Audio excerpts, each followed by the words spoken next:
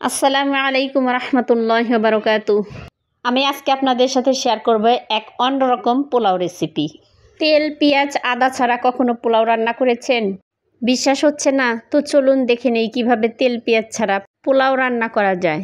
পোলাও রান্না করার জন্য আমি এক বাটির কিছুটা খালি করে চাউল নিয়েছি। পোলাও রান্না করার জন্য আপনারা বাসমতি চাউল, কালো জিরা চাউল বা যে কোনো চাউল ইউজ করতে পারেন। তো এই চাউল আমি পানি দিয়ে 3 বার করে ভালো করে ধুয়ে নিব। 3 বার ধুয়ে নেওয়ার পর স্ট্রেইনারে ছেঁকে নিব, অবশিষ্ট পানি যেন ঝরে যায়। যে বাটি দিয়ে মেপে আমি চাউল দিয়েছিলাম সেই বাটি দিয়ে মেপেই অল্প একটু খালি করে পানি দিচ্ছি 2 বাটি পরিমাণে। এই টিপসগুলো আপনারা খুব ভালোভাবে খেয়াল করবেন। আমি কিন্তু এখানে পানির সঠিক পরিমাণটা দেখিয়েছি। এখন এক এক করে তেজপাতা, দারুচিনি, কালো এলাচ, সাদা এলাচ দিয়ে দিচ্ছি। এত সহজভাবে পোলাও রান্নার রেসিপি শেয়ার করছি, কেউ শেয়ার করেছে কিনা জানি না, আমি কিন্তু আপনাদের সাথে শেয়ার করছি। এখন দিয়ে দিব স্বাদমতো লবণ।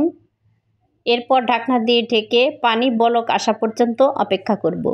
আলহামদুলিল্লাহ, পানিতে পারফেক্টলি বলক চলে এসেছে।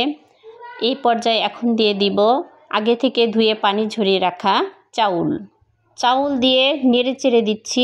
এরপর ঢাকনা দিয়ে ঢেকে 80% পানি শুকিয়ে যাওয়া পর্যন্ত রান্না করে নিব। আপনাদের একটি কথা বলতে চাই, সেটা হচ্ছে আমার ভিডিওটি যদি ভালো লাগে অবশ্যই একটি লাইক দিবেন, কমেন্ট করবেন, শেয়ার দিবেন। ইউটিউব থেকে দেখলে সাবস্ক্রাইব করবেন, আর ফেসবুক থেকে দেখলে ফলো করতে কিন্তু ভুলবেন না।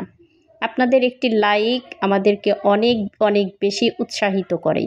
80% পানি শুকিয়ে গিয়েছে, দেখুন কতটা পারফেক্ট হয়েছে পোলাও, ঝরঝরে হয়েছে। আমি এখানে বাসমতি চাউল ইউজ করেছি, আপনারা যে কোনো চাউল ইউজ করতে পারেন। আলহামদুলিল্লাহ, খুবই সুন্দর হয়েছে। আপনারা নিশ্চয়ই দেখতে পাচ্ছেন যে কতটা পারফেক্ট এবং ঝরঝরে হয়েছে। এবার 20% পানি ঝরিয়ে নেওয়ার জন্য আমি পোলাওটা স্ট্রেইনারে দিয়ে দিব, এতে 20% পানিটা ঝরে যাবে। তো আমার তৈরি হয়ে গেল ঝরঝরে পারফেক্ট পোলাও, তেল পেঁয়াজ আদা ছাড়া পারফেক্ট পোলাও।